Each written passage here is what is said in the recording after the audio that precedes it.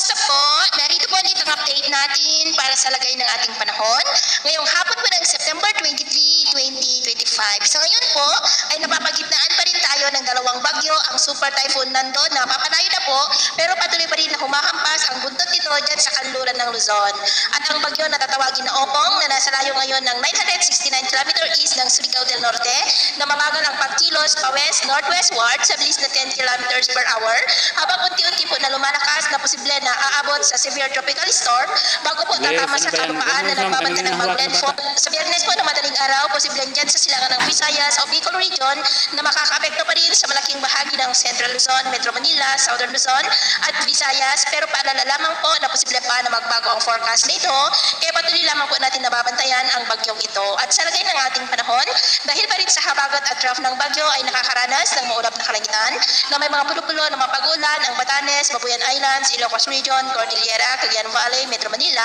Calabarzon, Mimaropa, Bicol Region, Panay Island, Bacolod, Cebu, Bohol, ilang bahagi ng Northern Leyte, Eastern Samar, Caraga, Davao Region, Northern Mindanao, Sorsogon, Zamboanga Peninsula at Sulu Archipelago. At mamayang gabi po, may mga isolated rains pa rin sa ilang bahagi ng La Union, Benguet, Central Luzon, Ilocos Sur, Metro Manila, Calabarzon, Mindoro, Northern Palawan, maging sa may Mountain Province, Ifugao, Zamboanga Peninsula at Basilan. Kaya mag-ingat po tayo sa mga banta ng mapagbaha